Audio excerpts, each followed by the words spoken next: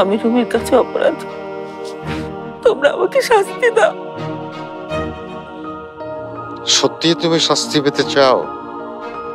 তাহলে যাও, রুমির মা হয়ে তুমি ওর কাছে যাও, নিজের হাতে বেড়ে খাও তাকে, যাও। খেয়েই তো রুমে চলে যাবে। আমার কিন্তু সেটা মনে হচ্ছে না রেজওয়ানা।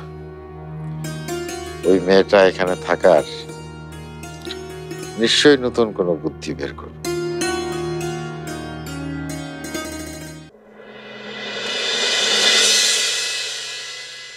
Thank you.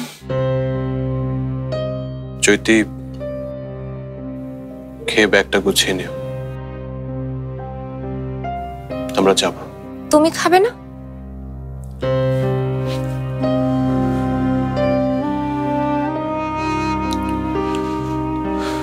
খিদে নেই। রুমি, খাবার ফেলে যেতে নেই, খেয়ে নে। আমি তো ভেবেছিলাম আপনার হাতের স্পেশাল গুড়া মাছের চচ্চড়ি খাবো। রাতে করে দেব। দাঁড়িয়ে আছিস কেন? বস।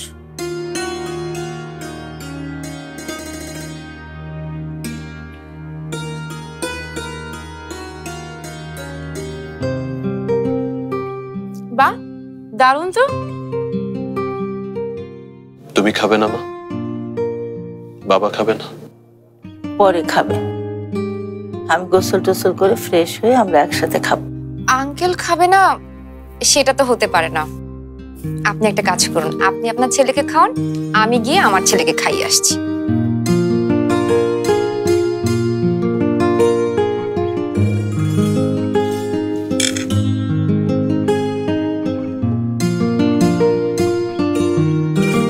মেয়েটা খুব ভালো।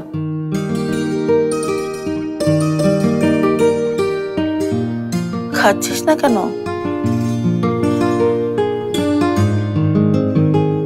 মা,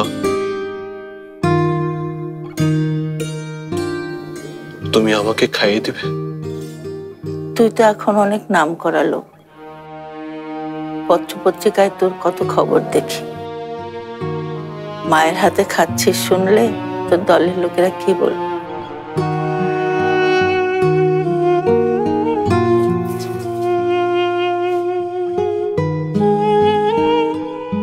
পানিটা দে তো।